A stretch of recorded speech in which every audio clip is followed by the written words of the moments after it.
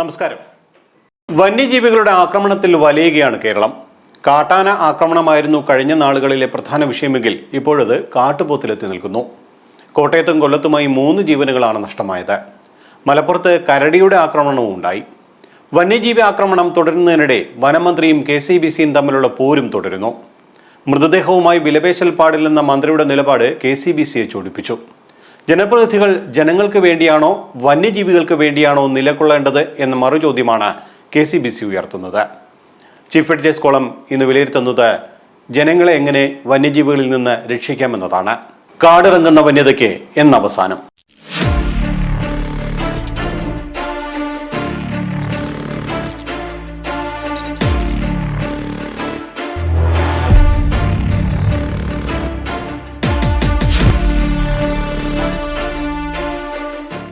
കാടിറങ്ങുന്ന വന്യതയ്ക്ക് എന്ന അവസാനം എന്നുള്ളതാണ് ചീഫ് എഡിറ്റേഴ്സ് കോളം എന്ന് വിലയിരുത്തുന്നത്. എന്നോടൊപ്പം ശ്രീനാഥ് ചേരുന്നു. ശ്രീനാഥ്, നമസ്കാരം.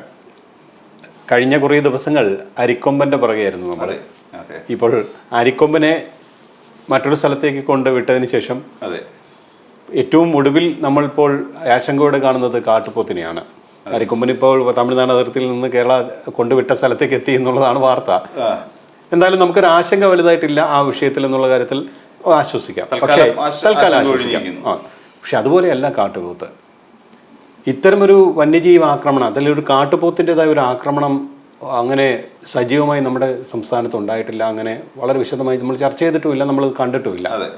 പക്ഷെ അത് വളരെ ഏവരെയും ഞെട്ടിക്കുന്ന തരത്തിൽ 3 ജീവനുകളാണ് കാട്ടുപോത്തിൻ്റെ ആക്രമണത്തിലൂടെ നമുക്ക് നഷ്ടമായിരിക്കുന്നത്. വലിയൊരു ആശങ്കപ്പെടുത്തുന്ന ഒരു കാര്യം തന്നെയാണ് എന്നാണ് ഞാൻ മനസ്സിലാക്കുന്നത്. പ്രത്യേകിച്ചും വനം വകുപ്പ് തന്നെ ഈ ഒരു കാര്യത്തിൽ ആശങ്കയോടെ നിൽക്കുകയാണ്. കാരണം മുൻകാല അനുഭവങ്ങളില്ലാത്തത് വളരെ പ്രധാനപ്പെട്ട കാര്യമാണ്. ഈ കാട്ടാനയെ മെരുക്കുന്നതിനുള്ള തന്ത്രങ്ങളും വിദ്യകളും എല്ലാം വനം വകുപ്പിൻ്റെ കയ്യിലുണ്ട്. പക്ഷെ അതേസമയം ഈ കാട്ടുപോത്തിനെ എങ്ങനെ മെരുക്കണം എന്നുള്ളത് ഈ വനം വകുപ്പിന് അറിയില്ല എന്നുള്ളതാണ് വസ്തുത. അത് വനം വകുപ്പിലെ ഉദ്യോഗസ്ഥർ തന്നെ അത് സമ്മതിക്കുന്നുമുണ്ട്. പ്രത്യേകിച്ചും ഇതൊരു കാട്ടിൽ നിന്ന് ഇപ്പോൾ ഈ കാട്ടുപോത്തിന്റെ ആക്രമണം ഉണ്ടായത് എങ്ങനെയെന്ന് പരിശോധിക്കുമ്പോൾ ഒരു പക്ഷേ അതിനെ വെടിവെച്ചതാകാം, അല്ലെങ്കിൽ ആക്രമണത്തിന്റെ ഭാഗമായി അത് ഇറങ്ങി ഓടി വന്നതാണോ എന്നുള്ളൊരു സംശയമൊക്കെ ഇപ്പോൾ നിലനിൽക്കുന്നുണ്ട്. പക്ഷേ മറ്റൊരു പ്രധാനപ്പെട്ട കാര്യമായി മാറുന്നത് ഈ കാട്ടിനുള്ളിൽ തന്നെ ഉണ്ടാകുന്ന ഈ അങ്ങോട്ടും ഉണ്ടാക്കുന്ന ആക്രമണത്തിന്റെ പേരിൽ ഭയന്ന് നാട്ടിലേക്ക് ഇറങ്ങി ഓടിയതാകാം. തീറ്റയുടെ പേരിലാകില്ല ഇത് പുറത്ത് വന്നതെന്നുള്ളൊരു വിശകലനമാണ് ഉണ്ടാകുന്നത്. അപ്പോൾ അത്തരം ഒരു ആക്രമണത്തിന്റെ ഭാഗമായി ഇത് പേടിച്ചു വന്ന് ആകാം ഈ നാട്ടിലിറങ്ങിയതെന്നുള്ളൊരു വിലയിരുത്തലാണ് ഇപ്പോൾ വരുന്നത്. ഒരു പക്ഷേ ഈ കാട്ടുപോത്തിൻ്റെ മുന്നിൽ ഒരു ജീവൻ കണ്ടാൽ, ഒരു മനുഷ്യനെ കണ്ടു കഴിഞ്ഞാൽ നിമിഷങ്ങൾക്ക് അത് ആക്രമിച്ച് കൊലപ്പെടുത്തും. അതാണ് ആ കാട്ടുപോത്തിൻ്റെ ഒരു സ്വഭാവം. ആനയെ അത്രത്തോളമല്ല. ആനയ്ക്ക് മുന്നിൽ നമുക്കൊന്ന് കഴിഞ്ഞ ദിവസമൊക്കെ നമ്മൾ ചില ദൃശ്യങ്ങൾ കണ്ടതാണ്. ആനയുടെ മുമ്പിൽ അഭ്യാസം കാണിക്കുന്ന ഒരു യുവാവിൻ്റെ ദൃശ്യമൊക്കെ നമ്മൾ കാണുന്നത്. അതുപോലെയല്ല, കാട്ടുപോത്തിൻ്റെ മുന്നിലാണ് ആ യുവാവ് ചെന്ന് പെട്ടിരുന്നെങ്കിൽ നിമിഷങ്ങൾക്കുള്ളിൽ കാട്ടുപോത്ത് തന്നെ പേസ്റ്റാക്കി മാറ്റാന്. അപ്പോൾ അതുപോലെയല്ല ഇത്. അപ്പോൾ ഒരു കാട്ടുപോത്തിന്റെ മുന്നിൽ ഒരു ജീവൻ, ഒരു മനുഷ്യനെ കണ്ടാൽ കാട്ടുപോത്ത് നിമിഷങ്ങൾക്കുള്ളിൽ അത് കൊന്നിരിക്കും. ആ ജീവൻ അറ്റാക്ക് ഉണ്ടാവും. അപ്പോൾ അതാണ് ആ ഒരു സാഹചര്യമാണ് ഇപ്പോൾ ഉണ്ടായിരിക്കുന്നത്. പക്ഷേ ആ ഒരു സാഹചര്യത്തെ എത്രത്തോളം ഈ വനം വകുപ്പിന് മറികടക്കാൻ കഴിയും? പ്രത്യേകിച്ച് ഇത് ആശങ്ക ഇപ്പോഴും നിലനിൽക്കുകയാണ്. ഏത് ഭാഗത്തുണ്ട് എന്നുള്ളൊരു ആശങ്കയാണ്. ഏത് സമയവും വീണ്ടും ആക്രമണം ഉണ്ടാകാം. പ്രത്യേകിച്ചും ഇതിനെ ഈ കാട്ടുപോത്തിനെ സംബന്ധിച്ച് കാട്ടുപോത്തിനെ ഒരു കാട്ടിൽ നിന്ന് ഒരു കാട്ടിലേക്ക് വിട്ടാൽ അത് പിന്നെ അവിടെ തന്നെയാണ്. ഈ ആനയെ പോലെയല്ല. ആന മറ്റു സ്ഥലങ്ങളിലേക്കൊക്കെ പോകും. പക്ഷെ കാട്ടുപോത്ത് അവിടെ തന്നെ ഒരു പച്ചപ്പ് കണ്ടാൽ അതാണ് അതിൻ്റെ കാട് എന്നുള്ളതാണ് ഈ കാട്ടുപോത്തിനെ സംബന്ധിച്ചുള്ള ഈ വിദഗ്ധർ പറഞ്ഞ് മനസ്സിലാക്കുന്നത്. അപ്പോൾ അത്തരമൊരു സാഹചര്യത്തിൽ ഒരു പച്ചപ്പിൽ ഇപ്പോൾ കാട്ടുപോത്തുണ്ട്. അത് ഏത് സമയം വേണമെങ്കിൽ പുറത്തു വന്ന് വീണ്ടും ഒരു മനുഷ്യജീവന് അപകടം ഉണ്ടാക്കാവുന്ന ഒരു സാഹചര്യം നിലനിൽക്കുകയാണ്. ഇതിനിടയിലാണ് വനം മന്ത്രിയും KCBCയും തമ്മിലുള്ള പോരും.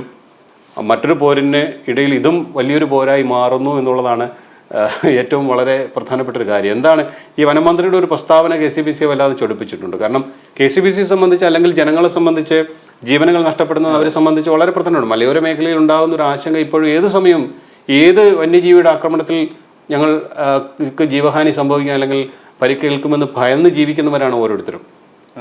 പകലായാലും രാത്രിയായാലും അല്ല. അപ്പോൾ അത്തരമൊരു സാഹചര്യം നിലനിൽക്കുമ്പോൾ ഈ സംഭവത്തേക്ക് എങ്ങനെയാണ് നമ്മൾ വിശകലനം ചെയ്യേണ്ടത്? ഇതൊരു അറുതി വേണ്ടേ? കഴിഞ്ഞ ദിവസമാണ് കരടിയുടെ ഒരു ആക്രമണം മലപ്പുറത്തുണ്ടായത്. അപ്പോൾ ഈ വന്യജീവികൾ മുഴുവൻ ആക്രമണം പല ഭാഗങ്ങളിലും വയനാട് അതുപോലുള്ള ചടയമംഗലം പ്രദേശങ്ങളിലൊക്കെ ഈ കാട്ടുപോത്തിന്റെ ആക്രമണം ഉണ്ടായി എന്ന് പറയുന്നു. ഇതൊക്കെ എങ്ങനെ സംഭവിക്കുന്നു എന്നുള്ളതാണ് കണ്ടുപിടിക്കേണ്ടത്. കാര്യം ഇതുവരെ ഈ കാട്ടുപ്രദേശം വിട്ട് പുറത്തേക്ക് വരാത്ത ഒരു ജീവിയായിരുന്നു കാട്ടുപോത്ത്. നമ്മൾ പലപ്പോഴും യാത്രക്കിടയിൽ ഈ വനമേഖലയിൽ കാണുന്നു എന്നുള്ളതിനപ്പുറത്തേക്ക് കാര്യം അതിനുള്ള ആഹാരം അവിടെ കിട്ടുന്നുണ്ട്. ആനയെ സംബന്ധിച്ചിടത്തോളം ആനയ്ക്ക് ഇഷ്ടപ്പെട്ട വിഭവങ്ങൾ തേടി ആന പുറത്തേക്ക് ഇറങ്ങുന്ന പതിവാണ്. വാഴയും അതുപോലെ ഈ അരിക്കൊമ്പന്റെ കാര്യം പറഞ്ഞെങ്കിൽ റേഷനരി വേണം. അപ്പൊ ഇങ്ങനെയുള്ള കാര്യങ്ങളൊക്കെ കേട്ട് ആനകൾ പുറത്തേക്ക് ഇറങ്ങുന്ന പതിവാണ്. ആനകളെ തുരത്താനുള്ള വിദ്യയും അവിടെ താമസിക്കുന്ന ആൾക്കാർക്ക് അറിയാം. പക്ഷെ ഈ കാട്ടുപോത്തിന്റെ ആക്രമണം ഇതാദ്യമായി സംഭവിക്കുന്നു. നേരത്തെ ഇറങ്ങിയിട്ടുണ്ടാവാം എങ്കിൽ പോലും നമ്മളൊക്കെ റിപ്പോർട്ട് ചെയ്ത് തുടങ്ങിയത് ഈ 3 പേരുടെ മരണത്തിന് ഇടയാക്കിയതിന് ദാരുണമായ രീതിയിൽ 3 ജീവനുകൾ നഷ്ടമാകുന്ന ആദ്യമായിട്ടാണ്. അപ്പൊ ഇതിനെ പ്രതിരോധിക്കാൻ വനംവകുപ്പിന് ശക്തമായ ഒരു രീതി ഇല്ല എന്ന് തന്നെ നമുക്ക് കാണാം. അത് പിന്നെ മന്ത്രിയുടെ പ്രസ്താവനയിൽ നിന്ന് മനസ്സിലാക്കി. ഇതിനെ വെടിവെക്കാൻ കഴിയില്ല, കൊല്ലാൻ കഴിയില്ല, പിന്നെ എന്ത് ചെയ്യാൻ പറ്റും എന്നുള്ളതാണ് അടുത്ത ആലോചന വരുന്നത്.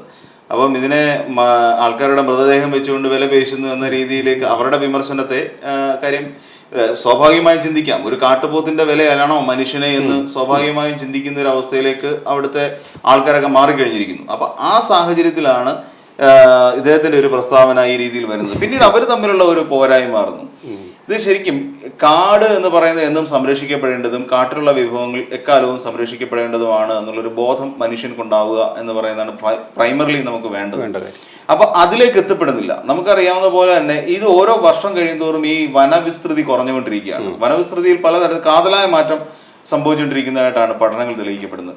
അപ്പോൾ അങ്ങനെ ഈ വനവിസ്തൃതിയിൽ കുറവ് സംഭവിക്കുമ്പോൾ അവിടെയുള്ളവരുടെ എക്കോസിസ്റ്റത്തിന് അത് തകരാറ് വരുന്നു. അവിടെ ഒരു ആവാസ വ്യവസ്ഥ ഉണ്ടാവും. ആ ആവാസ വ്യവസ്ഥയ്ക്ക് ക്രമേണ ശോഷണം സംഭവിക്കുന്നു. അങ്ങനെ ശോഷണം സംഭവിച്ചിട്ടാണ് പലപ്പോഴും പല ജീവജാലങ്ങൾക്കും അവിടെ പിടിച്ചിരിക്കാൻ പറ്റാത്ത അവസ്ഥ വരുന്നു. അവർക്ക് അതിനുള്ള ഒരു ജീവിക്കുന്നതിനുള്ള ഭക്ഷണത്തിനുള്ള ഒരു ലഭ്യത കുറയുന്നു.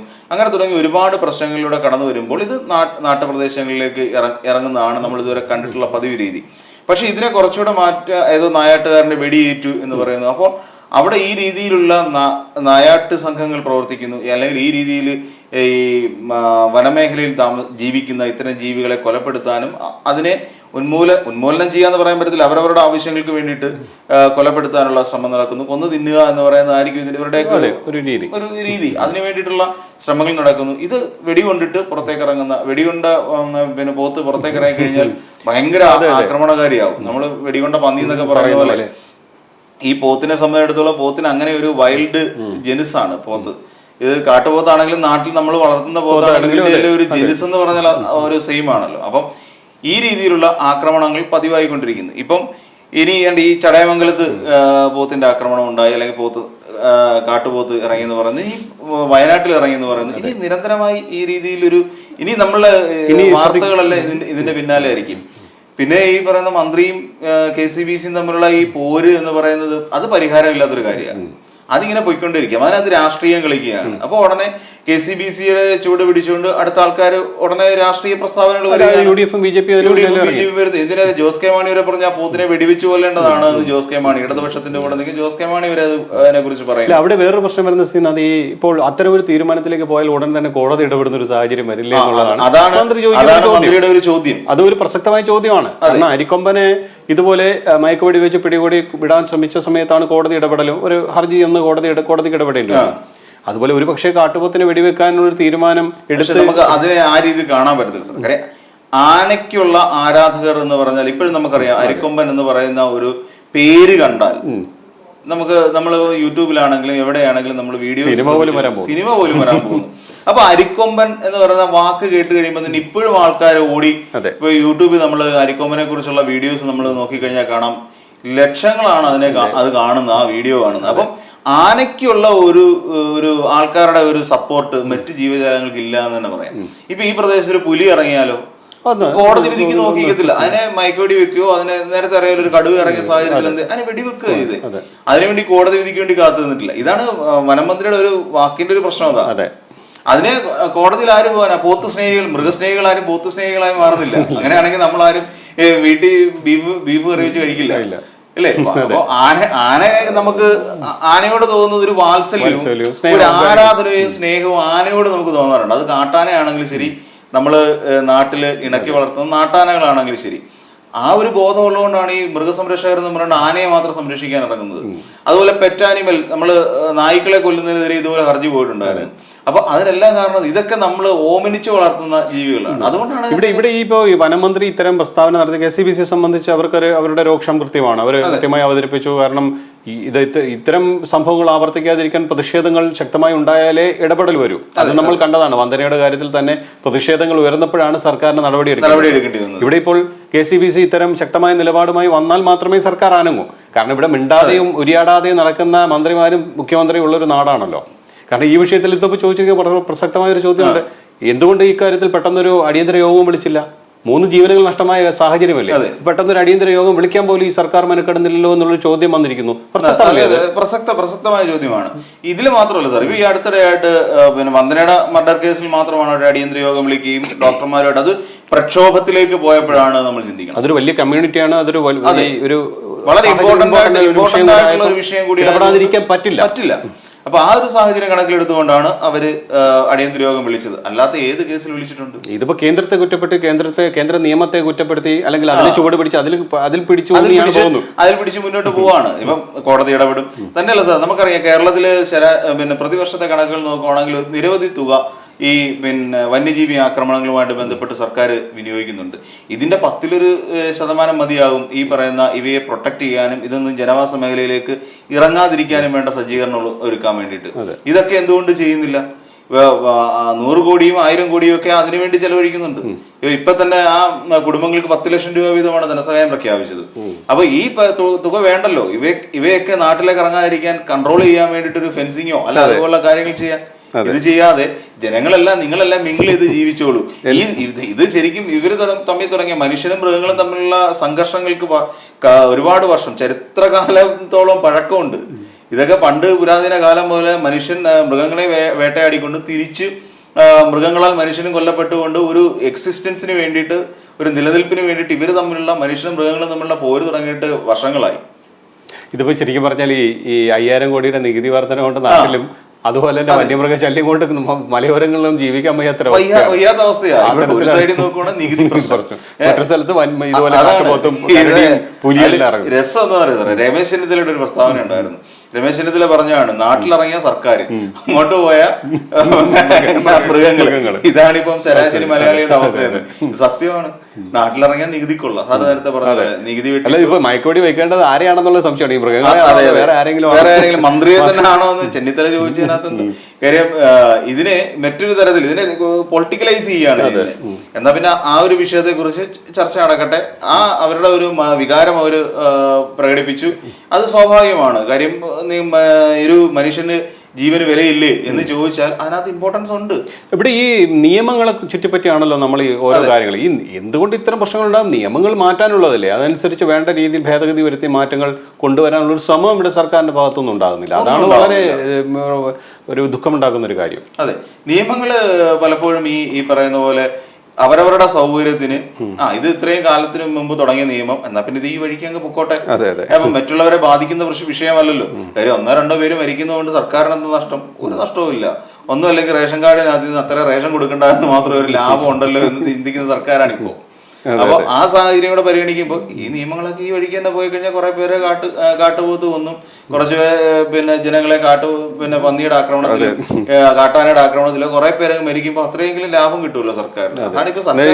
ഇപ്പൊ ഞാൻ പെട്ടെന്ന് നോക്കുകയായിരുന്നു കെ സുധാകരന്റെ ഒരു പ്രസ്താവന. അതായത് വനമന്ത്രി നാടിന്റെ ശാപവും വന്യമൃഗങ്ങളുടെ ഐശ്വര്യവുമാണ് പ്രസ്താവന വന്നിരിക്കുന്നത്. അത് ഈ വേറെ കാര്യം കൂടെ ഉണ്ട്. ഈ ക്ലിഫ് ഹൗസിൽ മ്യൂസിക് സിസ്റ്റം ഉൾപ്പെടെ 42.90 ലക്ഷം രൂപ മുടക്കിയ തൊഴുത്തിൽ കന്നുകാലികൾക്ക് നൽകുന്നത്ര പരിഗണനയെങ്കിലും മുഖ്യമന്ത്രി നാട്ടിലെ ജനങ്ങൾക്ക് നൽകണമെന്ന് ഇപ്പൊ ഒരു പ്രസ്താവന വന്ന് തമ്മിൽ പൊളിറ്റിക്കലി ഭയങ്കര അടി നടന്നുകൊണ്ടിരിക്കുകയാണല്ലോ. കഴിഞ്ഞ ദിവസം മുഖ്യമന്ത്രിയെ കുറിച്ച് അദ്ദേഹം പറഞ്ഞത് അരി ചാമ്പുന്ന അരിക്കൊമ്പൻ, ചക്ക ചാമ്പുന്നവൻ ചക്കക്കൊമ്പൻ, ഇവിടെ വന്നിട്ട് കേരളത്തെ ചാമ്പുന്നവൻ ഇരട്ടച്ചങ്കൻ എന്നൊരു പരാമർശം അദ്ദേഹം നടത്തിയിട്ടുണ്ടായിരുന്നില്ല. അപ്പൊ ഇവര് തമ്മിലുള്ള ക്ലാഷ് പണ്ട് പോലെ ഈ ബ്രണ്ണൻ കോളേജ് കാലഘട്ടം പോലെ ഇവര് തമ്മിൽ അടിയും തമ്മിലടിയൊക്കെ ആയിട്ട് ഇങ്ങനെ മുന്നോട്ട് പോലെ അതിന്റെ ഒരു അനുരണനങ്ങളായിട്ട് മൃഗങ്ങളുടെ തമ്മിലടി പോലെ ഇവിടെ മനുഷ്യരുടെ നാട്ടിലെ രാഷ്ട്രീയക്കാർ തമ്മിൽ നടക്കുന്ന അങ്ങനെയാണല്ലോ. അപ്പൊ പൊതുവിൽ ഇതൊക്കെ എന്ന് പറഞ്ഞു കഴിഞ്ഞാൽ നിയന്ത്രിക്കപ്പെടേണ്ട കാര്യങ്ങളാണ്. ഈ നിയന്ത്രിക്കപ്പെടേണ്ട കാര്യങ്ങളിൽ അനാവശ്യമായ നിയമത്തെ കൊണ്ടിടുന്നു, അനാവശ്യമായ നിയമത്തിന്റെ അത്ര നൂലാമാലകളെ കുറിച്ച് ചിന്തിക്കുന്നു. ഇതൊക്കെ വലിയ പ്രശ്നമാണ്. ഇപ്പം ഇവിടെ നാട് മുഴുവൻ നേരത്തെ അറിയാം നായ്ക്കൾ ഇറങ്ങിയിട്ട് നായ്ക്കൾ കംപ്ലീറ്റ് ആൾക്കാരെ കൊച്ചു കുട്ടികളെ അടക്കം കൊല്ലുന്ന തരത്തിൽ ഉപദ്രവിച്ചുകൊണ്ടിരിക്കുന്ന ഒരു സമയത്ത് പോലും ഉടനെ വന്നിരിക്കുന്നു നായ് പ്രേമികൾ. അരിക്കൊമ്പൻ ഇറങ്ങി 13 പേരെ കൊലപ്പെടുത്തി. 13 പേരെ കൊലപ്പെടുത്തി നാട്ടിൽ നാശം വിധിച്ചുകൊണ്ടിരിക്കുന്ന സമയത്ത് വന്നു കുറെ അരിക്കൊമ്പൻ പ്രേമികൾ. അപ്പൊ ഇത് ഓരോ ഘട്ടത്തിലും ഇതിനെ തടയിടാൻ വേണ്ടിയിട്ട് ഇനിയും വരും കുറെ പോത്ത് പ്രേമികൾ നമ്മളുണ്ട്. ചിലപ്പോ ഒരു വിവാഹം ഇവിടെ ഉണ്ടായിക്കൂടുന്നില്ല. അപ്പം മന്ത്രി ഇതെല്ലാം പരിഗണിച്ചു. പക്ഷേ നാളെ ഈ ഇതിനെ വെടിവെക്കാൻ ഒരു ഉത്തരവിട്ടാൽ അതിനെതിരെ ചിലപ്പോൾ ഹർജിയുമായി പോകാൻ സാധ്യതയുള്ളവരുണ്ട് നമ്മുടെ നാട്ടിലുള്ളവരുണ്ട്. ഈ പോത്തിനെ പിന്നെ 3 ജീവനുകളല്ല അവർക്ക് പ്രധാനം അതല്ല, നഷ്ടപ്പെടാൻ പോകുന്ന എന്തെങ്കിലും അത്തരത്തിൽ പ്രശ്നങ്ങൾ ഉണ്ടായാലും അതിനെക്കുറിച്ചല്ല അവർ ചിന്തിക്കുന്നത്. അതെ, ഇതിന് ഇത് എവിടെയാണ്, ഇത് ഏത് ഭാഗത്താണ്, ഇതുവരെ അതിനെ കണ്ടെത്തിയിട്ട് കൂടി ഇല്ല എന്നാണ് എന്റെ അറിവ്. അപ്പൊ ഇത് എവിടെയാണ്, ഈ കാട്ടുപോത്തിനി എപ്പം നാട്ടിലേക്ക് ഇറങ്ങും, ഇനി എന്തെങ്കിലും ജീവൻ ഇത് അപകടം വരുത്തി വയ്ക്കുമോ, ഇതിനെ കുറിച്ചൊന്നും ഇവർ ചിന്തിക്കുന്നില്ല. വനംവകുപ്പ് കൈമലർത്തിയിരിക്കുകയാണ്, ഞങ്ങൾക്ക് അറിയില്ല അതെവിടെയാണ്. ഈ ഒരു അവസ്ഥയിലാണ് ചിന്തിക്കുന്നത്. അന്ന് തന്നെ അതിന് വേണ്ട ഒരു പോംവഴി കണ്ടിരുന്നെങ്കിൽ ജില്ലാ കളക്ടറുടെ ഉത്തരവുണ്ടല്ലോ വെടിവെച്ചോളാം, പിന്നെ പ്രശ്നം അതിനെ വെടിവെക്കുക, മയക്ക് വെടിവെച്ചാൽ മതി. മയക്ക് വെടിവെച്ച് ഏതെങ്കിലും ഉൾവനത്തിൽ കൊണ്ടുവന്ന് അരിക്കൊമ്പനെ പോലെ ഇത്രയും ശക്തനായ ഒരുത്തിനെ കൊണ്ടുവന്ന് പെരിയാറെ കൊണ്ട് കളയാമെങ്കിൽ പിന്നെ ഇവിടുന്ന് ഈ കാട്ടുപോത്തിനെ വെടിവെച്ച് ഏതെങ്കിലും ഒരു കാട്ടിൽ കൊണ്ടുവിട്ടാൽ പിന്നെ തിരിച്ചു വരുമെന്നുള്ള പേടി വേണ്ട. തിരിച്ചു വരുമെന്നുള്ളത് ഇപ്പൊ അരിക്കൊമ്പനെ നമ്മൾ സൂക്ഷിക്കണം. ഈ കാട്ടുപോത്ത് അതിന്റെ വഴിക്ക് അത് അതിന്റെ കൂട്ടത്തിൽ ആൾക്കാർ കയറിക്കോളും, അതിന്റെ കൂടെ അതങ്ങ് പോവുകയും ചെയ്തോളൂ. പക്ഷെ അരിക്കൊമ്പന്റെ കാര്യത്തിൽ നമ്മൾ അല്പം ആശങ്ക വേണം. ഇത് കറങ്ങി തിരിഞ്ഞൊക്കെ അത് ബൗൺസ് ബാക്ക് ചെയ്ത് തിരിച്ചു വരാനുള്ള എല്ലാ സാധ്യതയും കാണും. എന്തായാലും വലിയ ആശങ്ക ഉണ്ടാക്കുന്ന ഒരു സംഭവമാണ്. കാരണം ആനയെ പോലെ അല്ല അരിക്കൊമ്പനെ നമുക്ക് കുറച്ചൊക്കെ ഒന്ന് ആ തരത്തിൽ ഈ വിഷയത്തെ കാണാൻ കഴിയില്ല. അതെ, കാട്ടുപോത്തിനെ സംബന്ധിച്ച് അതിന് ഒരു പിന്നെ മുന്നിൽ ഒരാളിനെ കണ്ടാൽ അത് അപ്പോൾ തന്നെ കൊന്നുകളയുക എന്നുള്ളതാണ് അതിൻ്റെ ഒരു സ്വഭാവം. അപ്പോൾ അതുകൊണ്ട് നമ്മൾ ഇനിയും കൂടുതൽ പേടിച്ച് തന്നെ ജീവിക്കണം. പ്രത്യേകിച്ചും ഈ മലയോര മേഖലയിലും അതുപോലെ തന്നെ ഇത്തരം മലയോര മേഖല ജനവാസ മേഖലകളിലേക്ക് കൂടുതലായി കടന്നു വരികയാണ്. അപ്പോൾ ആ മേഖലകളിൽ ഉള്ളവർക്കുള്ള ആശങ്ക നമ്മൾ പരിഗണിക്കണം. എത്രയും പെട്ടെന്ന് വനം വകുപ്പ് ഇക്കാര്യത്തിൽ ഒരു ജാഗ്രത പുലർത്തണം. ഇക്കാര്യത്തിൽ വകുപ്പുകൾ തമ്മിലുള്ള ഒരു ഏകീകരണവും എത്രയും പെട്ടെന്ന് ജനങ്ങളുടെ ഈ ഭയം ഇല്ലാതാക്കുന്നതിനുള്ള ഒരു നടപടി ഉണ്ടാകണം എന്ന് തന്നെയാണ് നമുക്ക് പറയാം. ഈ കേവലം ഈ രാഷ്ട്രീയത്തിൽ ഊന്നിക്കൊണ്ടുള്ള വനമന്ത്രിയുടെ പ്രസ്താവനകൾ പരമാവധി പിൻവലിക്കുക. അവരുടെ ഒരാളെ നഷ്ടപ്പെടുമ്പോൾ ആ നഷ്ടപ്പെട്ടവരുടെ വേദന മനസ്സിലാക്കുക, അല്ലെങ്കിൽ ആ ഒരു ഗ്രൂപ്പിന്റെ വേദന മനസ്സിലാക്കുക, കുടുംബങ്ങളുടെ വേദന മനസ്സിലാക്കുക. ഇതൊക്കെ മനസ്സിലാക്കിയിട്ട് വേണം എപ്പോഴും പ്രതികരിക്കാൻ. അല്ലെ ഒരാളുടെ ശവശരീരം വെച്ച് വില വേശുന്നു എന്ന രീതിയിൽ ഒരിക്കലും ഉത്തരവാദിത്തപ്പെട്ട ഒരു മന്ത്രി പറയാൻ പാടില്ല എന്നുള്ളത് തന്നെയാണ് വികാരമാണോ അവർ പ്രകടിപ്പിക്കുന്നത്. എന്നാൽ സർക്കാർ ഇക്കാര്യത്തിൽ സത്വരമായ ഒരു നടപടിയിലേക്ക് കടക്കും എന്ന് തന്നെ പ്രതീക്ഷിക്കാം. മുഖ്യമന്ത്രി അടക്കമുള്ളവർ ഇക്കാര്യത്തിൽ ഇനിയെങ്കിലും മൗനം വെടിഞ്ഞ് വേണ്ട നടപടി എടുക്കുമെന്ന് നമുക്ക് പ്രതീക്ഷിക്കാം. എന്തായാലും നമുക്ക് മറ്റൊരു വിഷയത്തിലേക്ക് കടക്കാം, ഒരു ചെറിയ ഇടവേളയ്ക്ക് ശേഷം.